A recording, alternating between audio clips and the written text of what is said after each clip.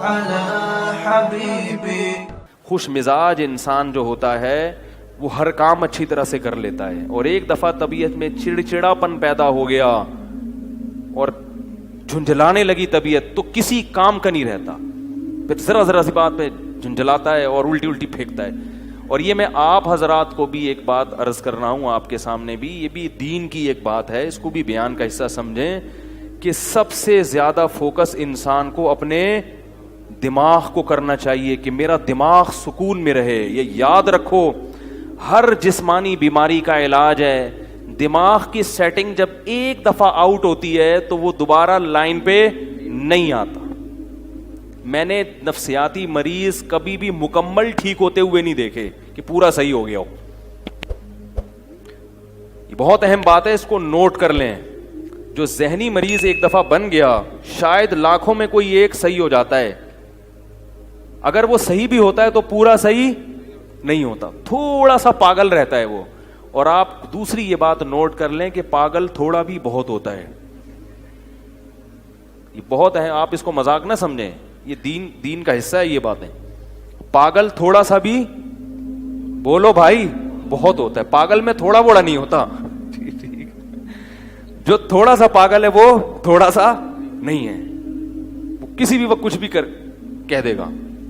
تو اس لیے سب سے زیادہ حفاظت کس چیز کی کرنی ہے؟ دماغ کی. تو میں آپ کو دو چیزیں بتاتا ہوں جن کو اگر آپ ذہن میں رکھیں گے نا تو انشاءاللہ دماغ, یعنی جن چیزوں پر عمل کریں گے دماغ سیٹ رہے گا. نمبر 1, نیند میں کبھی کمی نہ ہونے دو. نہیں یاری بات یار بھائی, نیند کیا کرنی ہے؟ ایسی کی تیسی, جو مرضی کام اہم سے اہم رہ جائے, پہلے کیا ہے؟ نیند مکمل ہو. پہلے کیا کرنا ہے؟ نیند آ رہی ہے, تھکا ہوا دماغ, سارے کام ایک طرف, پہلے سوؤں گا میں, جاؤ جو مرضی ہو. بھائی وہ شادی میں جانا تھا, وہ ولیمے میں جانا تھا, وہ کیا کہتا رہے, ہم نے پہلے کیا کرنا ہے؟ کیونکہ نیند کی سیٹنگ آؤٹ ہو جائے نا تو بس دماغ گیا, دماغ کہاں جائے گا؟ میں نے اپنی زندگی میں کئی لوگ اسٹریس اور ڈپریشن کے مریض دیکھے ہیں جو نیند پوری نہیں کرتے تھے. نیند اتنی صحت کے لیے ضروری ہے کہ روٹی اور پانی اتنا ضروری نہیں ہے. بھوک, اگر دیکھو نیند سے بڑھ کر کوئی چیز ہوتی نا تو اللہ تعالیٰ رمضان میں ہمیں کہتے ہیں نیند پوری نہ کرو, روٹی کھاتے رہو. اللہ نے روٹی پانی چھڑوا دی. اللہ کو پتا ہے کہ جتنا مرضی بھوکا پیاسا رہو گے, جب کھاؤ گے تو ریکوری ہو جائے گی. کوئی 3 دن بھی بھوکا پیاسا رہے نا, جسم کو کوئی نقصان نہیں ہے.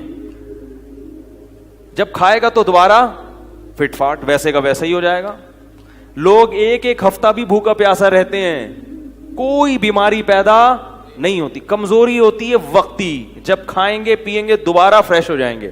دیکھو نا, رمضان میں سارا دن بھوکا پیاسا رہتے ہیں, جیسے ہی افطاری کا وقت آتا ہے 2 پکوڑے گئے پیٹ میں اور کمر ایک دم فٹ فاٹ سیدھی ہے, ایسا پریڈ کرتے ہوئے نماز کے لیے آ رہے ہوتے ہیں.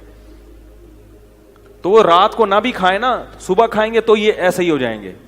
بیمار ہوتا ہے, بھوکا رہنے سے بیمار نہیں ہوتا. لوگ کھانے کو فوکس کرتے ہیں صحت میں, نیند کو فوکس نہیں کرتے. اللہ کرے یہ بات کسی طرح دماغ میں اتر جائے, کیونکہ اس کا ہمارے دین سے بڑا گہرا تعلق ہے. آپ کا دماغ سیٹ نہیں ہوگا, آپ نہ اللہ کے حقوق ادا کرو گے نہ بندوں کے حقوق. کیونکہ جو آدمی ڈپریشن کا مریض ہوتا ہے نا, وہ گھر میں بھی چک چک پک پک لگا کے رکھتا ہے, خود بھی ڈپریشن میں آئے گا اور بیوی بچوں کو بھی ڈپریشن میں ڈال دے گا. بد اخلاق, نبی صلی اللہ علیہ وسلم نے کیا فرمایا, قیامت کے دن سب سے زیادہ میرے قریب وہ ہوگا جس کے اخلاق سب سے اچھے ہوں گے. تو اخلاق کے اچھے ہونے کے لیے چیمبر کا صحیح ہونا ضروری ہے. ٹھیک ہے نا. دیکھو بچوں کی نیند پوری نہیں ہوتی, کیسے چڑچڑے ہوئے ہوتے ہیں, خام خامی چیزیں اٹھا اٹھا کے پھینک رہے ہیں. اور جب بچہ رات کو اچھی طرح سو کے صبح اٹھتا ہے, کیسا خوشی خوشی پھر رہا ہوتا ہے, حالانکہ صبح کے وقت اس نے کوئی اخلاق پر بیان نہیں سنا ہوتا. جب اندر سے سیٹ ہوتا ہے نا انسان, تو خود بخود خوش مزاج ہوتا ہے, وہ ہر چیز میں دل لگتا ہے اس کا. تو اخلاق تو دین کا بہت بڑا حصہ ہے نا.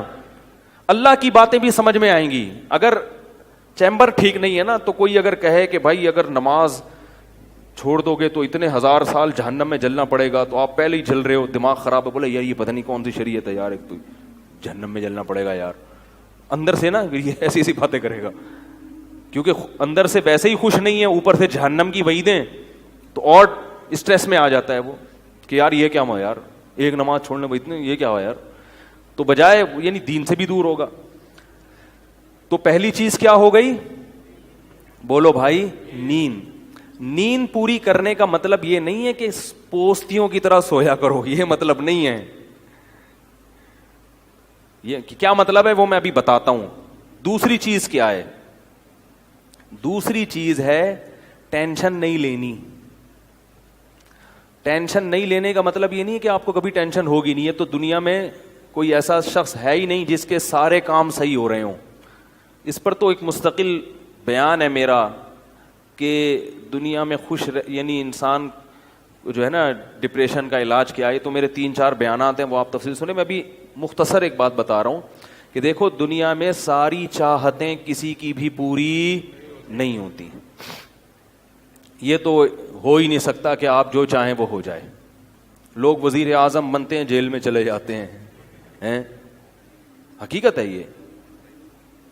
کہاں کہاں انسان پہنچتا ہے, پھانسی کے پھندوں پہ لٹک جاتے ہیں, اور معلوم نہیں کیا کیا ہوتا ہے.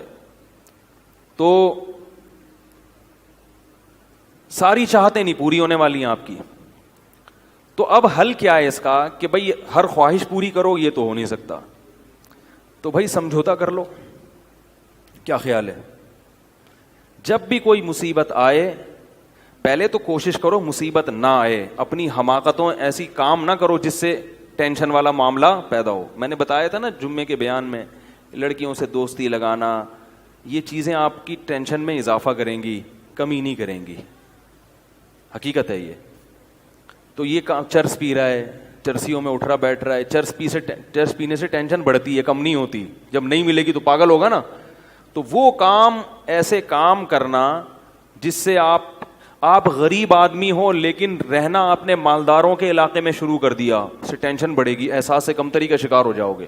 یار اس کے پاس بھی گاڑی, یار اس کے پاس کرولا, میرے پاس رکشا, خام خواہ. تو آپ کو چاہیے تھا کہ جب آپ رکشا ہے تو ایسے علاقے میں جاؤ جہاں سب کے پاس کیا ہے, رکشا ہے.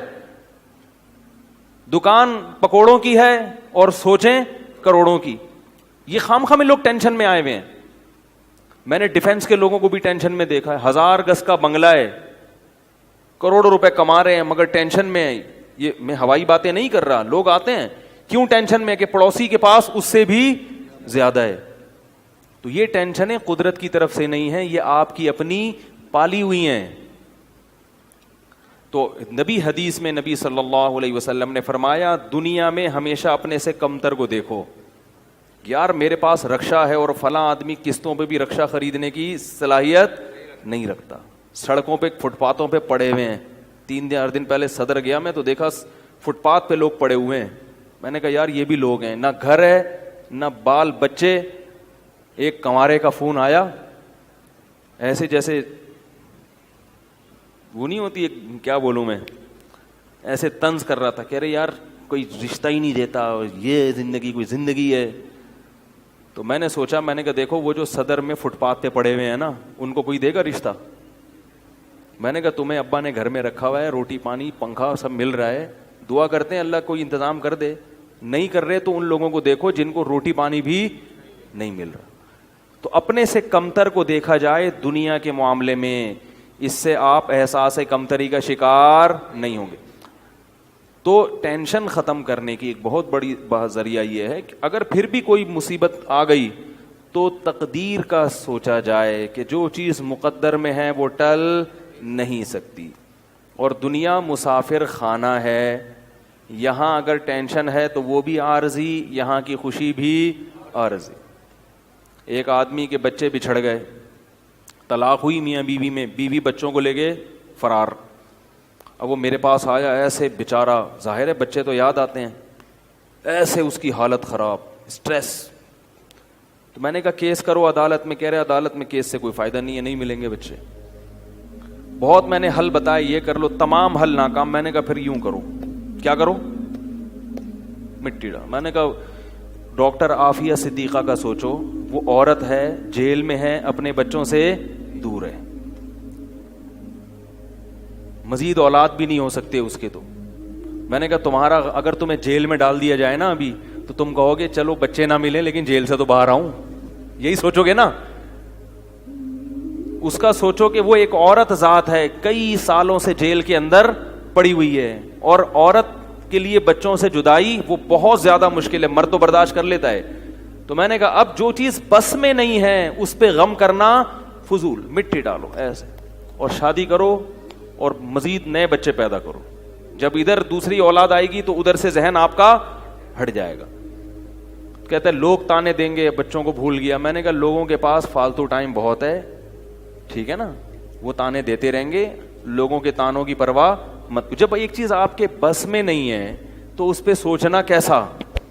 یہ بھی ایک بہت بڑا نسخہ ہے سکون کا کہ جو چیز آپ کے اختیار میں نہیں ہے اس کے بارے میں سوچنا بند کر دو. دیکھو نوح علیہ الصلوۃ والسلام اپنے بیٹے کی ساری زندگی تربیت کرتے رہے مگر وہ کافر نکلا. آخری وقت میں نوح علیہ السلام کو اپنے بیٹے پر کتنا پیار آیا کہ میری کشتی میں سوار ہو جا. بیٹا کہتا ہے سآوی الی جبل یعصمنی من الماء, میں پہاڑ پہ چڑھ جاؤں گا جو مجھے پانی سے بچا لے گا. پیغمبر کو اپنی اولاد سے بہت محبت ہوتی ہے, بہت زیادہ ہے. جیسے یعقوب علیہ السلام کو تھی نا اپنے بیٹے سے. کتنا درد ہوگا اس وقت نوح علیہ السلام کے دل میں, کیسے تڑپ رہے ہوں گے. لیکن بیٹا باز نہ آیا. وحال بینہم الموج فکان من المغرقین, ایک موج آئی اور اس کو غرق کر دیا. نوح علیہ السلام نے اللہ سے دعا مانگی ان ابنی من اہلی, اے اللہ میرا بیٹا میرے اہل و عیال میں سے ہے, تو نے تو وعدہ کیا تھا تو میرے اہل و عیال کا خیال کرے گا. اللہ نے کیا فرمایا انہ لیس من اہلک, یہ تیرے اہل میں سے نہیں ہے, اس کا عمل ٹھیک نہیں ہے. فلا تسألنی ما لیس لک بہ علم, دوبارہ یہ سوال مجھ سے مت کرنا. اب یہ نہیں کہ نوح علیہ السلام بیٹھ گئے اور یہ کیا ہو گیا اور اب سوچیں یہ تو بڑھ گئے. بس نوح علیہ السلام نے فوراً استغفار کیا, اعوذ بک ان اسألک ما لیس لی بہ علم, اے اللہ میں تجھ سے پناہ مانگتا ہوں ایسی چیز کی, میں تجھ سے ایسا سوال کروں جس کی دلیل میرے پاس نہیں. بس بھول گئے. اب یہ تھوڑی کہ روتے رہیں بیٹھ کے, بھئی جو چیز بس میں نہیں ہے چھوڑ دو. تو ہم بہت ساری چیزوں کی ٹینشن لیتے ہیں جو ہمارے اختیار میں نہیں ہے. پیٹرول مہنگا ہو رہا ہے, بیٹھ کے خام میں پریشان ہے. بھائی تم سے پوچھ کے تھوڑی مہنگا ہوا ہے. غم کرنے سے اگر وہ سستا ہو جائے تو رو. میرے پاس تھی Kawasaki G T O, Kawasaki G T O 125. آپ کو پتا ہے کیا بائک تھی وہ, ہم نے بھی بڑے شوق پالے ہیں ایک زمانے میں. میں اس میں پیٹرول ٹھیک ٹھاک ڈلتا تھا. اب جب پیٹرول مہنگا ہوتا تو سب سے زیادہ متاثر میں ہوتا تھا اس سے. 50 والوں کو کچھ نہیں ہوتا تھا. تو میں ایک دفعہ پیٹرول پمپ گیا, میں نے پیٹرول ڈلوایا اس میں, تو اس نے کہا وہ 5 روپے پر لیٹر بڑھ گیا ہے. مجھے بڑا غصہ آیا. میں نے ساتھ والے سے کہا, میں نے کہا یار یہ کیا مذاق ہے یار, ہر تھوڑے دن کے بعد 5 روپے بڑھ رہا ہے, تو آپ کو غصہ نہیں آیا؟ اس نے کہا صرف میرے لیے تھوڑی بڑھ رہا ہے, پوری قوم کے لیے بڑھ رہا ہے نا. تو مجھے اس کی بات بڑی اچھی لگی. اس نے کہا میرے اکیلے کے لیے بڑھے تو مجھے غصہ آئے, سب کے لیے بڑھ رہا ہے تو چلو ٹھیک ہے. اس دن کے بعد سے اب تک پیٹرول بڑھنے پر مجھے غصہ نہیں آیا. میں یہی کہتا ہوں یار مجھے ٹینشن لینے سے کیا ملے گا. 100 روپے لیٹر بڑھ جائے, زیادہ زیادہ یہ ہوگا, بہت زیادہ بڑھے گا تو گاڑی بیچ دو. بھائی نہیں ہمارے کنٹرول سے باہر ہو گئی ہے, گاڑی بیچ دو, دوبارہ آ جاؤ, ٹیکسی پہ آ جاؤ, پھر بھی ہے تو پھر رکشے پہ آ جاؤ, پھر چنچی پہ آ جاؤ, پھر پیدل ہو جاؤ. جو چیز اختیار میں نہیں ہے اس کی ٹینشن لینا حماقت ہے. بات آ رہی ہے سمجھ میں؟ اسی طرح یاد رکھو اولاد کی تربیت کا معاملہ ہے. ہمارے ہاں جو لوگ نئے نئے دیندار بنتے ہیں یا پرانے بھی, وہ چاہتے ہیں میرا گھر 100% خلفائے راشدین جیسا بن جائے, جبکہ بیگم پہ کنٹرول نہیں ہوتا, وہ الگ سمت میں جا رہی ہوتی ہے. اب آپ نے ڈنڈا چلانا شروع کر دیا, بچے باغی ہونا شروع. وہ بجائے دین پہ آنے کے ابا کو مکھنچو سمجھنا شروع کر دیتے ہیں اور بغاوت پھیلتی ہے. تو بھائی آپ اعتدال سے تربیت کی کوشش کرو, ہو گئی ٹھیک ہے, نہیں ہوئی ہم سے نہیں سوال ہوگا, ہم جو کر سکتے تھے ہم نے کر لیا. تو ہم نے نا بہت ساری چیزیں, یہ ہو رہا ہے معاشرے میں غلط, یہ ہو رہا ہے, وہ والے وہ جماعت کیوں آ گئی, وہ جماعت کیوں آ گئی, وہ فلاں فرقہ کیوں بڑھ رہا ہے, یہ والے کیوں کم ہو رہے ہیں, وہ زور سے آمین کیوں کہہ رہے ہیں, وہ آہستہ آمین کیوں کہہ رہے ہیں, ٹھیک ہے نا, وہ رفع الیدین کیوں کر رہا ہے, وہ رفع الیدین کیوں نہیں کر رہا. میرا ایک اصول ہے, میں جب کسی ٹاپک پر بیان کرتا ہوں تو مجھے جب بھی کوئی ایسے اختلافی مسائل پر بیان ہوتا ہے نا, تو اکثر لوگوں کے پھر واٹس ایپ پہ میسج آنا شروع ہوتے ہیں, آپ نے جو یہ بیان کیا اس میں یہ والی بات, حالانکہ اس بات کا جواب اس میں موجود ہوتا ہے. تو میں پھر مزید جواب نہیں دیتا, میں کہتا ہوں پورا بیان سنیں. وہ پھر جواب بھیجتے ہیں کہ ہم نے پورا بیان سنا ہے. میں کہتا ہوں دوبارہ سنیں. کہتا ہے سنا تو ہے, مجھے جواب نہیں ملا, جبکہ مجھے پتا ہوتا ہے جواب اس میں ہے. میں کہتا ہوں پھر تیسری بار دوبارہ سنیں, کیونکہ اس سے زیادہ کہ ہم مکلف نہیں. اب یہی تھوڑی کہ ایک ہی چیز کو لے کے پھر وہی سوال وہی جواب وہی سوال وہی جواب. پبلک کے پاس تو ٹائم ہے, وہ تو کرتے رہیں گے اور آپ کی صلاحیتیں بیکار ضائع ہوتی رہیں گی. بھائی ہم جب ایک ٹاپک پر بات کی, پورا کور کیا اس کو, مجھے اچھی طرح معلوم ہے آپ کے ان تمام سوالات کا جواب اس میں موجود ہے. اب بار بار سوال کرو گے تو ہم نئے سرے سے جواب دے کے ٹائم ضائع. یہ ٹینشن ہے خامخواہ کی کیوں پالیں؟ ٹینشن پتہ ہے کیا ہوتی ہے؟ ٹینشن یہ ہوتی ہے کہ یار اتنی تفصیل سے میں نے بیان کیا پھر بھی لوگوں کی سمجھ میں نہیں آ رہا, ہائے یہ کیا ہے یار, یہ کیا ہے. اس سے آپ خامخواہ میں آپ کے سر کے بال غائب ہوتے رہیں گے. تو ہم یہی کہیں گے, اے اللہ ہم سے جو ہو سکا تھا ہم نے کر دیا. اب سمجھ میں آنا سمجھانا کس کے بس میں ہے؟ اللہ کے بس. نبی کی بات سب کی سمجھ میں نہیں آئی, اور اللہ تعالیٰ نے نبی کو کتنی تسلی دی ہیں قرآن میں. نبی کو بار بار کہا کہ آپ جو سمجھا رہے ہیں پھر بھی یہ نہیں سمجھ رہے تو ٹینشن نہ لیں. کیوں؟ نبی کو اگر زیادہ ٹینشن ہوگی تو کام کون کرے گا؟ قرآن میں سینکڑوں آیتیں ہیں جو صرف تسلی پر مبنی ہیں, جن میں نبی کو کیا دی جا رہی ہے؟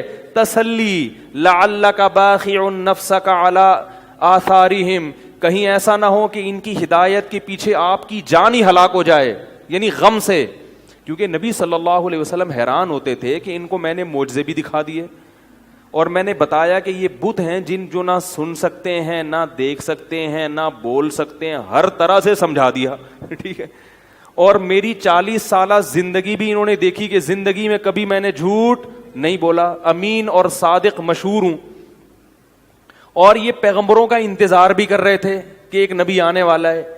سب چیزیں ہو گئیں پھر بھی نہیں مان رہے, تو ٹینشن تو ہوتی ہے نا. تو قرآن نبی کو کیا کہہ رہا ہے کہ مزید ٹینشن لیں؟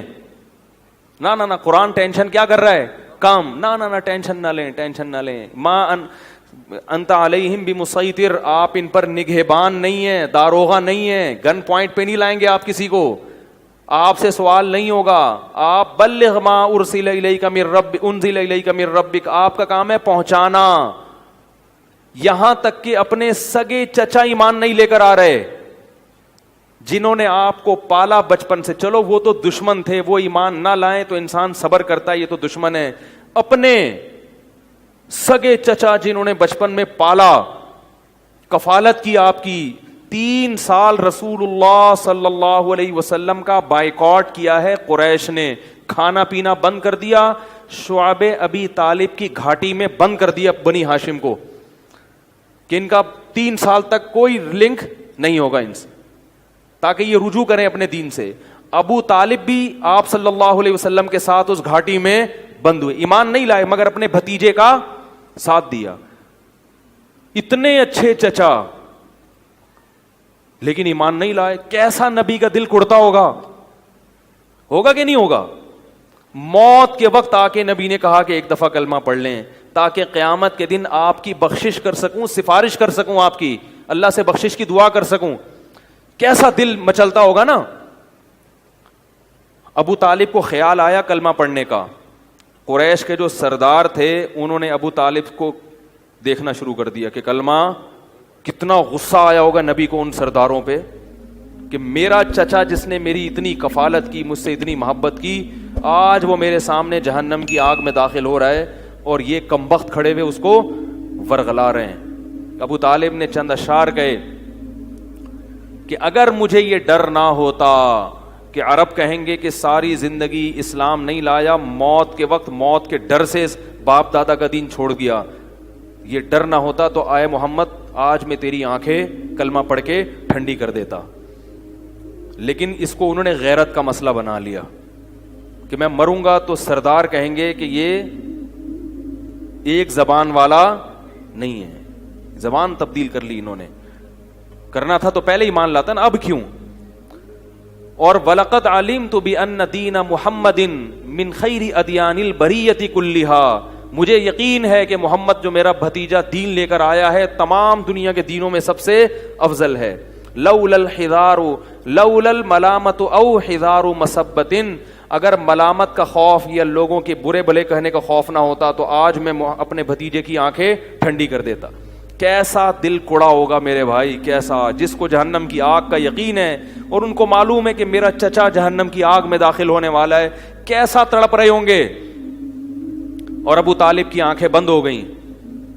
نبی صلی اللہ علیہ وسلم اتنے غم زدہ ہوئے, اللہ نے پھر کیا دی؟ تسلی کی آیتیں کہ ٹینشن نہ لو. یہ میں آپ کو کیوں واقعات سنا رہا ہوں کہ جب اتنے بڑے بڑے غم کے واقعات میں اللہ ٹینشن لینے کو پسند نہیں کر رہے, تو ہماری چھوٹی چھوٹی, اس کی پکوڑے کی دکان چل گئی, میری دکان بند ہو گئی, اس کو سواری مل گئی ہے بھائی رکشے میں, مجھے سواری نہیں ملی, ان چیزوں میں ٹینشن لینے کا کیا مطلب؟ بہت مشکل ہے یار, کیا کریں یار. ہماری ٹینشن یہی ہوتی ہے نا یار, سیٹنگ وہاں چل رہی تھی, ابا نے رشتہ وہاں طے کر دیا. یہ کوئی ٹینشن کی چیز ہے؟ ٹینشن تو وہ ہے جو نبی کو ہوئی تھی, یہی ٹینشن ہے آج کل. تو نبی کو کس قدر غم ہوا ہوگا, غیرت بھی ہے نبی میں, حیا بھی ہے, محبت بھی ہے, لیکن اللہ کیا کہہ رہے ہیں؟ ٹینشن نہ لیں. کیوں؟ وہی اصول جو میں نے آپ کو بیان کیا کہ جو چیز اختیار میں نہیں ہے اس پر ٹینشن نہیں لینی چاہیے. انک لا تہدی, یہ آیتیں نازل ہوئیں, من احببت ولکن اللہ یہدی من یشاء, اے محمد جس سے آپ محبت کرتے ہیں اس کو ہدایت دینے کے مالک نہیں ہے. محبت الگ چیز ہے, ہدایت ہمارے ہاتھ میں ہے, آپ کے ہاتھ میں نہیں ہے. اب اگر نبی اسی غم کو لے کے بیٹھے رہتے تو کہاں سے دعوت اور تبلیغ کا کام ہوتا؟ آپ صلی اللہ علیہ وسلم سے حضرت عائشہ نے پوچھا کہ ابو طالب جو اتنی خدمت کرتا تھا آپ کی, کرتے تھے اور اتنا کچھ انہوں نے کیا, تو کیا یہ نیکیاں قیامت کے دن کام آئیں گی؟ آپ نے فرمایا ہاں. کتنا کام آئیں گی کہ جہنم کے نچلے طبقے سے اللہ اٹھا کے اوپر والے طبقے میں لے آئے گا, اور پاؤں میں صرف آگ ہوگی مگر اس سے دماغ ایسے کھولے گا جیسے ہانڈی. ابو طالب پورے جہنم کی آگ میں نہیں ہوں گے, صرف ان کے پاؤں جہنم کی آگ میں ہیں.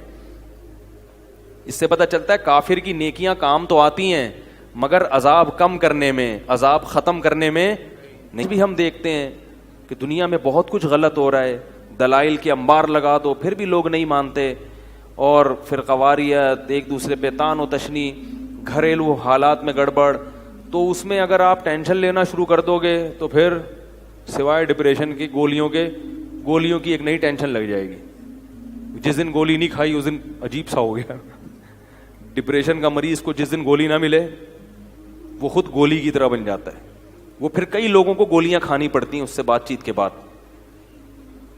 تو اس لیے میرے بھائی دو چیزیں یاد رہیں گی, ایک نیند اور دوسرا ٹینشن. جتنا ہو سکے, پھر بھی اللہ کی طرف سے ہوتی ہے, ایسا نہیں ہے کہ ناممکن ہے 100% ہی ختم ہو جائے, یہ تو ممکن نہیں ہے, لیکن بہت سی چیزیں خود مسلط کی ہوئی ہیں.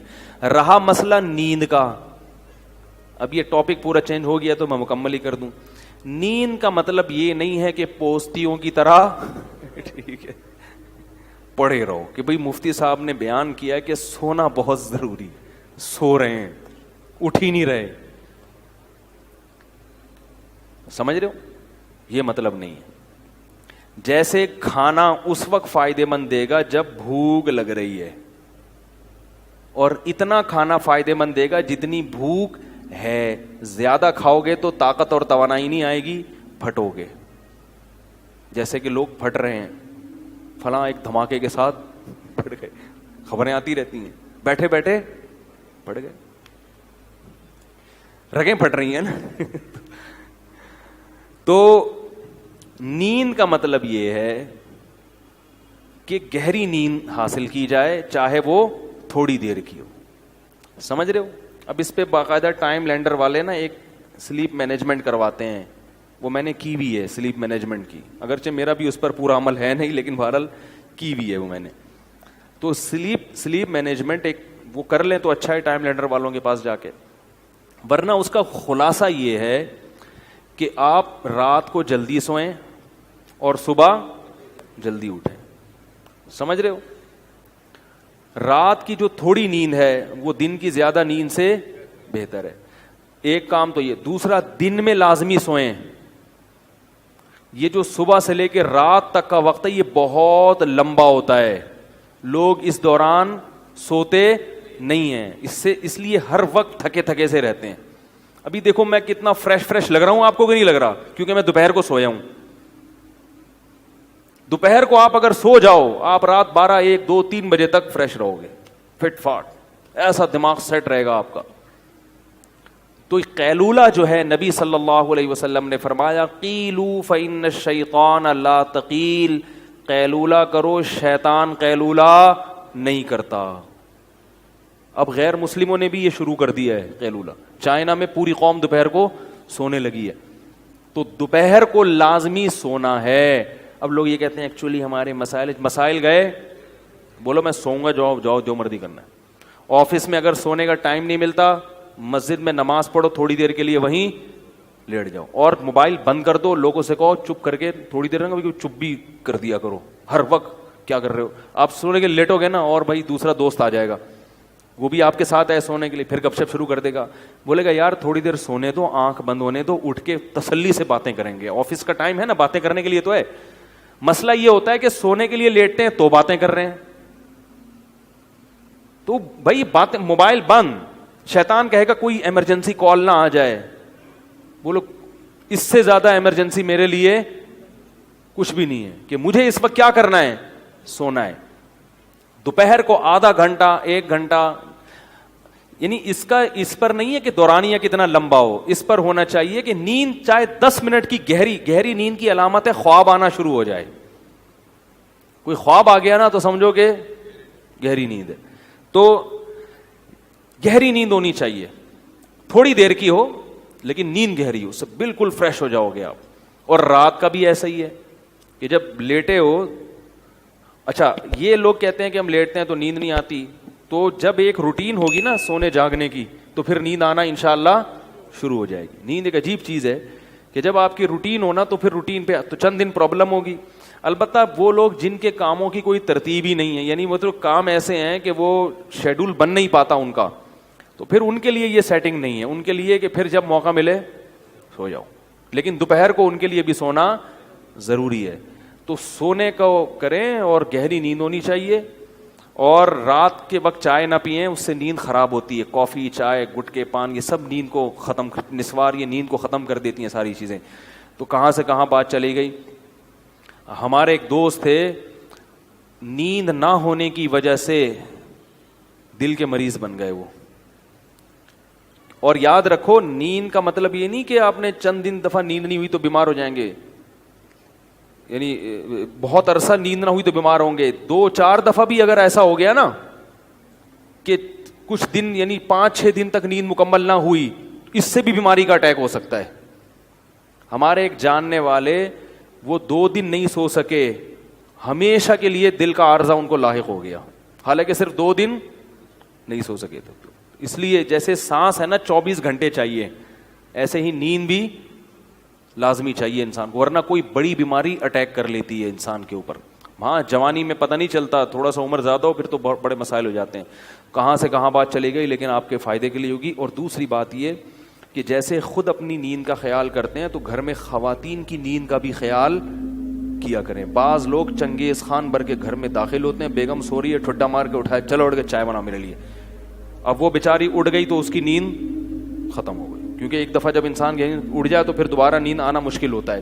تو انسان کے بچے بن کے زندگی گزارنی چاہیے, گدھوں کی طرح زندگی نہیں گزارنی چاہیے. وہ بھی انسان ہیں جو گھر میں رہ رہے ہیں. نبی صلی اللہ علیہ وسلم جب تہجد کے لیے اٹھتے تھے نا تو اتنی آہستہ خاموشی سے اٹھتے تھے کہ گھر والوں کو کی آنکھ نہ کھلے. اور یہ بھی میڈیکل سائنس کہتی ہے کہ خواتین کو نیند کی ضرورت مردوں سے زیادہ ہے. یعنی خواتین کو ذہنی سکون کے لیے جو نیند کا ڈیوریشن ہے وہ مرد سے, یعنی ان کو زیادہ سونا پڑتا ہے مرد کی نسبت. مرد کو اللہ نے بنایا طاقتور, وہ تھوڑی نیند میں بھی فٹ فاٹ ہو جاتا ہے. عورت کو اللہ نے بنایا کمزور, اس کو فٹ فاٹ رہنے کے لیے نیند زیادہ چاہیے. سمجھائیں یار. اور یہ بھی ذہن میں رکھو کہ 7-8 گھنٹے کی نیند صحت کے لیے ضروری نہیں ہے, یہ بہت زیادہ ہے. ٹائم پہ ہو تھوڑی ہو, وہ اس 8-9 گھنٹے کی نیند سے بہتر ہے جو بے وقت ہو. اور ایک آخری بات یہ بھی کہ جب کھانا کھاتے ہیں نا اس کے تھوڑی دیر بعد سونا, یہ سب سے بہترین ٹائم ہے. کیا یار, کیا کتنی اہم معلومات دے رہا ہوں آپ کو میں. بھائی نیند کا سب سے بہترین ٹائم کیا ہے؟ کھانا کھانے کے آدھے گھنٹے بعد. رات کا کھانا آپ نے کھایا, تھوڑا واک کرو, اور پھر یہ جو کہتے ہیں نا کھانا کھانے کے 2-3 گھنٹے بعد, ایسا نہیں ہے. ہوگی لوگوں کی تحقیق, ہماری تحقیق یہ نہیں ہے. کیونکہ جب آپ کھانا کھاتے ہیں شوگر لیول ہائی ہوتا ہے, آپ کو غنودگی آتی ہے.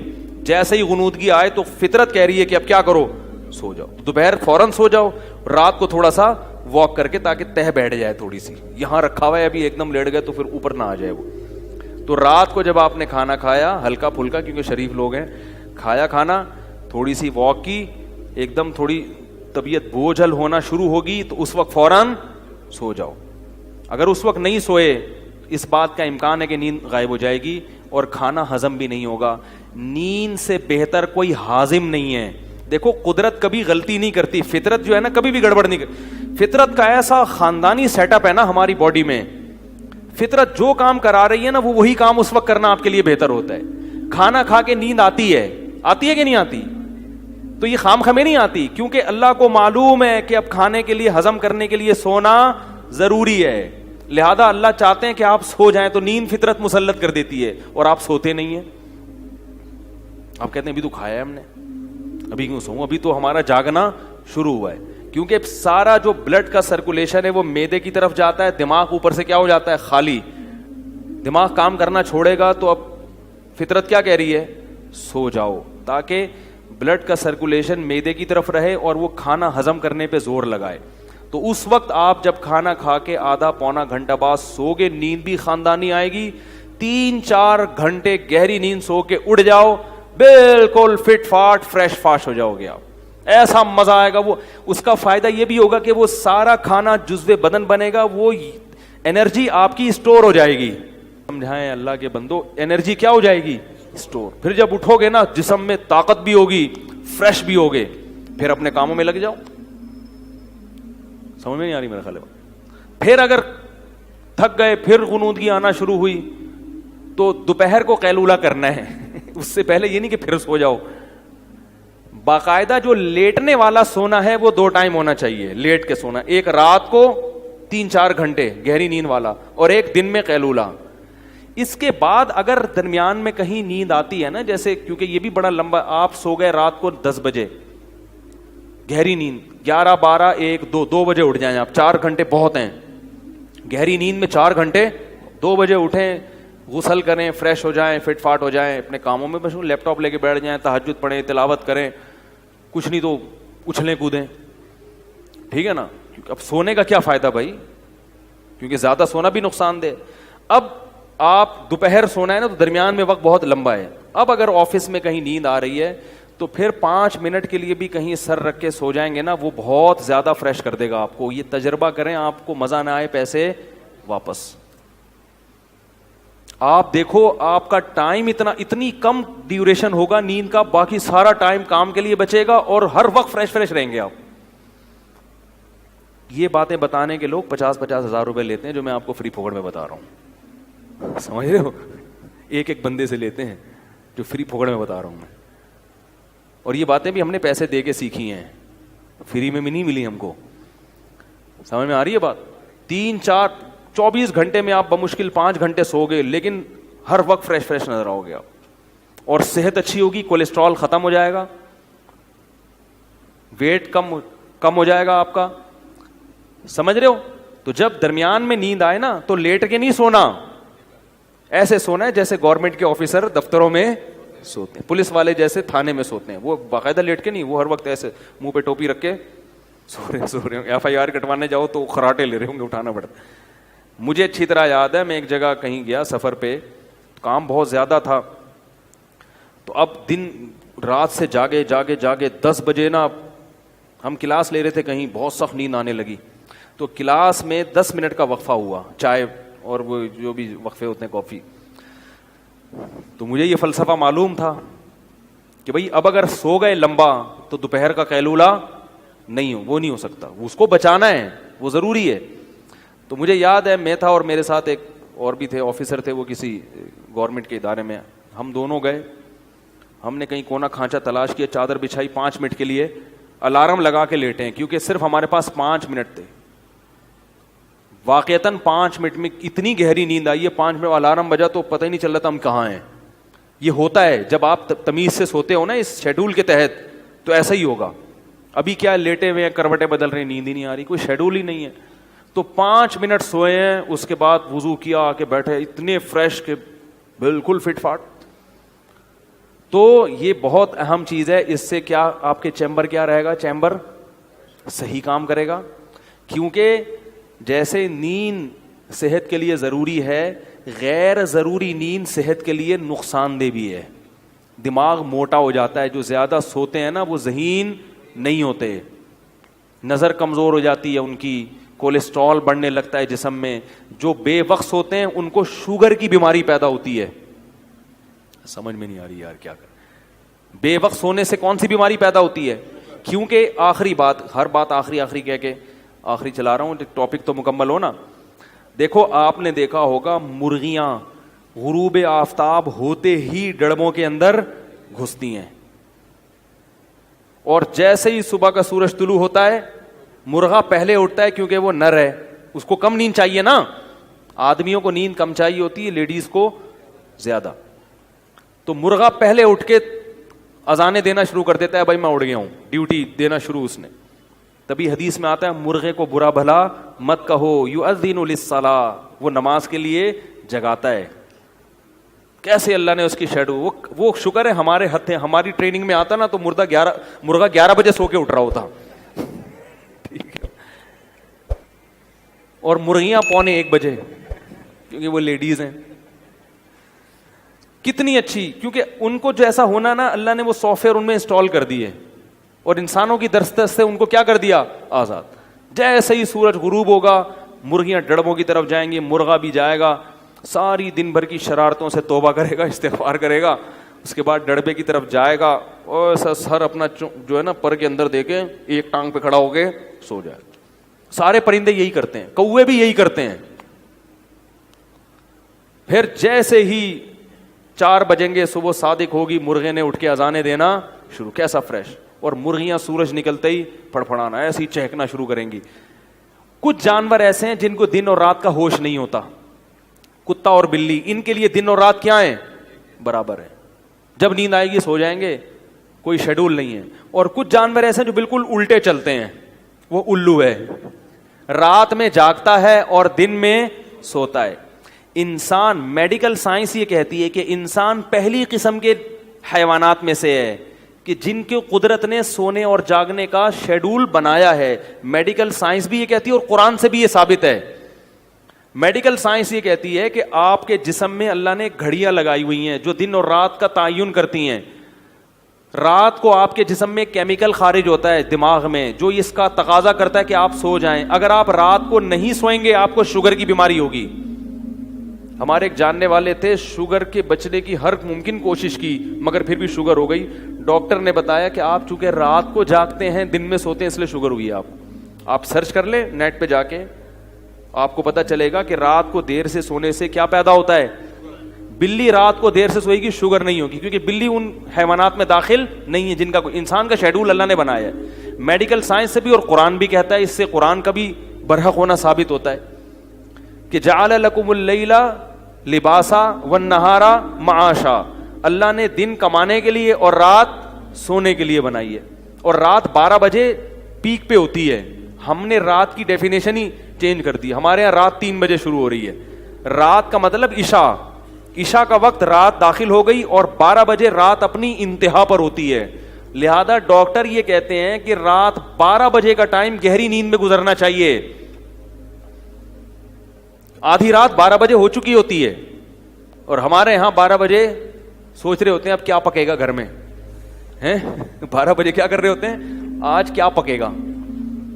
میں بتاتا ہوں نا ادھر کراچی میں حال کیا ہو گیا ہے. میں نے ایک دوست کے ساتھ کہیں بازار جانا تھا, کوئی چیز خریدنی تھی, تو میں انتظار کر رہا ہوں, صبح سے انتظار کرتے کرتے تھک گیا, فون کر رہا ہوں اٹھا ہی نہیں رہے. دوپہر 2 بجے فون ملا ان کو, 2 بجے انہوں نے کال اٹھائی, کہہ رہے میں ناشتہ کر کے پہنچا. 2 بجے دوپہر کیا ہو رہا ہے, ناشتہ ہو رہا ہے. تو ابھی تو جوانی ہے, چل رہے ہیں, تھوڑی دیر میں لڑکنا شروع, ختم, جو مرضی کر لو, اور دماغ الگ خراب ہوتا ہے. تو رات 12 بجے, ٹھیک ہے نا, کیا کہہ رہا تھا میں, نہیں میں پرندوں کی مثال دے رہا تھا. کچھ پرندے ایسے ہیں, بلکہ اکثر 99% پرندے ایسے ہی ہیں کہ ان میں سافٹ ویئر اللہ نے ڈال دیے ہیں, تو انسان بھی انہی میں داخل ہے. اور کچھ ایسے ہیں جن میں دن اور رات کا کوئی ہوش نہیں ہوتا. تو کچھ انسان ایسے ہیں جو اپنی فطرت سے ہٹے ہوئے ہیں. اور تیسری قسم میں جس کو الو کہا جاتا ہے, وہ رات کو جاگتا ہے اور دن میں سوتا ہے. تو جو لوگ جن کا شیڈول یہ ہے نا کہ وہ رات کو جاگ رہے ہیں, پوری رات جاگتے ہیں اور پھر دن میں سوتے ہیں, تو وہ کن لوگوں کی فہرست میں داخل ہیں, معذرت کے ساتھ الو. یعنی وہ انسان کی فطرت کے بالکل اپوزٹ چل رہے ہیں. تو بھائی اگر آپ بالکل نیچر پہ نہیں آ سکتے تو بالکل اپوزٹ تو نہ چلو, اللہ کے بندو آ جاؤ, صحیح ہے نا, تھوڑے سے الو بن جاؤ, مکمل الو. تو جو الو کے کام ہیں وہ آج حضرت انسان کر رہا ہے, تو بیمار تو ہوگا. تو بات یہاں سے شروع ہوئی تھی کہ سب سے زیادہ کس کی حفاظت کرنی ہے, اپنے چیمبر کی. تو چیمبر کی حفاظت کے لیے یہ 2 چیزیں میں نے آپ کو بیان کی ہیں. 1 منٹ, یہ صحیح سیٹنگ پہ رہیں گی تو انشاءاللہ پھر آدمی دین پہ بھی چلتا ہے, گناہوں سے بھی بچتا ہے. کیونکہ بہت سے لوگ ڈپریشن میں آ کے نا گناہ کی طرف جاتے ہیں سکون حاصل کرنے کے لیے. یہ بھی ہے, یہ نشہ کیوں کرتے ہیں, پریشان ہیں, اور زنا کی طرف کیوں جاتے ہیں, پریشان ہیں, سمجھتے ہیں شاید سکون, حالانکہ سکون ملتا نہیں, اور وقتی فائدہ ہوتا ہے, پھر اور زیادہ بے سکونی کی طرف چلا جاتا ہے. آپ کیا کہہ رہے ہیں؟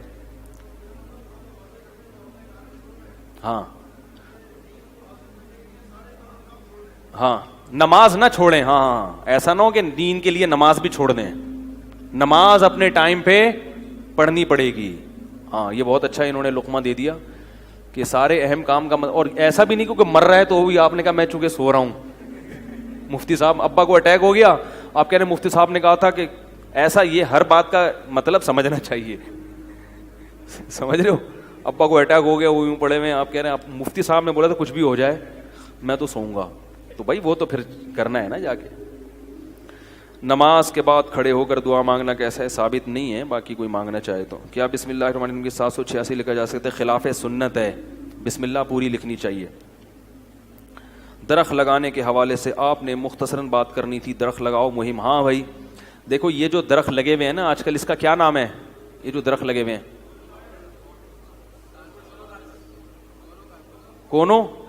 کونو کارپس. اس درخت کے بارے میں بہت منفی خبریں آ رہی ہیں. ایک صاحب نے کہا کہ میں نے ابھی یہ درخت اپنے گھر کے سامنے سے کٹایا ہے تو سانس بحال ہوا ہے ان کا. مجھے نہیں پتا, کوئی ممکن ہے اس کے متضاد خبریں بھی آ رہی ہیں. بعض کہہ رہے ہیں نہیں یہ ایسا نہیں ہے, یہ درخت کوئی نقصان دہ نہیں ہے, بعض کہہ رہے ہیں نقصان دہ, لیکن جو مشکوک چیز ہے اس کو چھوڑ دینا چاہیے. تو اس لیے میری رائے یہ ہے کہ جب ایک چیز میں شبہ پیدا ہو گیا, اتنے اچھے اچھے درخت ہیں ان کو لگاؤ نا, اس کو کاٹ دیں. میں نے بھی مسجد والوں سے کہا ہے کہ یہ درخت جو مسجد میں لگے ہوئے ہیں ان کو کٹوا دیں. درخت سب سے بہتر جو فضا کے لیے ہے وہ ہے نیم کا درخت. تو نیم کا درخت زیادہ سے زیادہ لگائیں, ہوا کے لیے, فضا کے لیے. نیم کے درخت سے بہتر کوئی درخت نہیں. سفیدے کا جو درخت ہے وہ بھی نقصان دہ ہے. سفیدے کا درخت ٹنوں پانی زمین سے نکال کے ہوا میں پھینک دیتا ہے. زمین میں میٹھا پانی ویسے ہی کم ہے, اور اتنے درخت سفیدے کے لگا دیے پنجاب میں, جگہ جگہ لگے ہوئے ہیں. تو کیا کر رہے, کہیں سیم زدہ زمین ہو تو سمجھ میں آتا ہے. عام زمینوں میں سفیدے کا درخت بولو بھائی نہیں لگانا چاہیے. وہ زمین کے پانی کو کھینچ کے ہوا میں بھی نمی پیدا کر رہا ہے, اور جو ہے نا وہ پانی بھی. اور یہ والا جو درخت لگا ہوا ہے نا پورے کراچی میں, یہ تو ویسے ہی نقصان دہ ہے, اور اگر نقصان دہ نہیں بھی ہو تو مشکوک ہے بہرحال. تو اس لیے یہ درخت کاٹیں, جس کے گھر کے سامنے کاٹ دے, اور اس کے بجائے کیا لگائے, نیم کے درخت کے اتنے فائدے ہیں کہ ہمارے ایک دوست نے بتایا کہ سانس کا مرض تھا ایک صاحب کو, علاج کرا کرا کے تھک گئے. کسی بڑے حکیم صاحب نے کہا کہ نیم کے جھنڈ میں 2 گھنٹے بیٹھ کے سانس لیا کرو. ایسی جگہ جاؤ جہاں چاروں طرف کیا لگے ہوئے ہوں, نیم کے درخت, وہاں بیٹھو 2 گھنٹے, لمبے لمبے سانس لو. انہوں نے کیا, چند دنوں میں ان کا وہ سانس کا مسئلہ ٹھیک ہو گیا. تو نیم کی جو ہوا ہے صحت کے لیے بہت مفید ہے. نیم کے بارے میں سنا ہے کہ رات کو بھی آکسیجن پھینکتا ہے, واللہ عالم. یعنی دن میں تو سارے پھینکتے ہی ہیں, اب یہ کسی نے پھینکی ہو تو ایک الگ بات ہے, لیکن بہرحال سنا ہے, واللہ عالم. جو چیز یقینی نہیں ہوتی تو میں پہلے بتا دیتا ہوں کہ بھائی سنا ہے, واللہ عالم. لیکن بہرحال نیم کا درخت صحت کے لیے, نیم کے پتے صحت کے لیے اچھے, نیم کی ڈنڈی صحت کے لیے اچھی, مسواک نیم سے بہتر کوئی نہیں ہے, سمجھ رہے ہو. اور درخت لگانے کی اسلام میں فضیلت کتنی ہے. نبی صلی اللہ علیہ وسلم نے فرمایا, جس نے کوئی درخت لگایا جب تک پرندے اس سے کھاتے رہیں گے, اس سے فائدہ اٹھاتے رہیں گے, قبر میں اس کو صدقے کا ثواب ملتا رہے گا. کوئی اس کے نیچے سایہ کرے گا, کوئی بیمار اس کی ہوا سے ٹھیک ہوگا, کوئی گرمی کی شدت میں اس کے نیچے آ کے بیٹھے گا, تو ثواب کس کو ملے گا؟ اللہ کے خزانوں میں کمی نہیں ہے. اتنا فائدہ ہے درخت لگانے کا, تو بھر بھر کے لگائیں درخت. یہ والا کاٹیں اور اس کی بجائے نیم کا لگائیں, یا نیم کے علاوہ ناریل لگا لو. ناریل کا درخت سالانہ 20,000 کما کے دیتا ہے, سمجھ رہے ہو. اس کے پتے بھی بکتے ہیں اور اس کی اور وہ نہیں گندگی نہیں کرتا, ورنہ عام درخت جب لگتے ہیں نا تو وہ بہت پتے ادھر ادھر گرتے ہیں اس کے. تو ناریل ہے, کھجور کا درخت ہے, یہ درخت لگاؤ. لوگ ڈرتے ہیں ناریل کا درخت لگا دیا تو ناریل کھائے گا کون, مجھے تو ملیں گے نہیں. تو کوئی بات نہیں, جس کو ملیں گے وہ کھا لے گا, آپ کو ثواب مل جائے گا نا. تو ناریل کا لگائیں, کھجور کا درخت لگائیں. حدیث میں کھجور کے درخت کی بڑی فضیلت ہے. نبی نے فرمایا کھجور کا درخت, روایت کا مفہوم پیش کر رہا ہوں, ہر چیز کھجور کی استعمال میں آتی ہے انسان کے, سمجھ رہے ہو. تو یہ درخت لگائیں زیادہ سے زیادہ.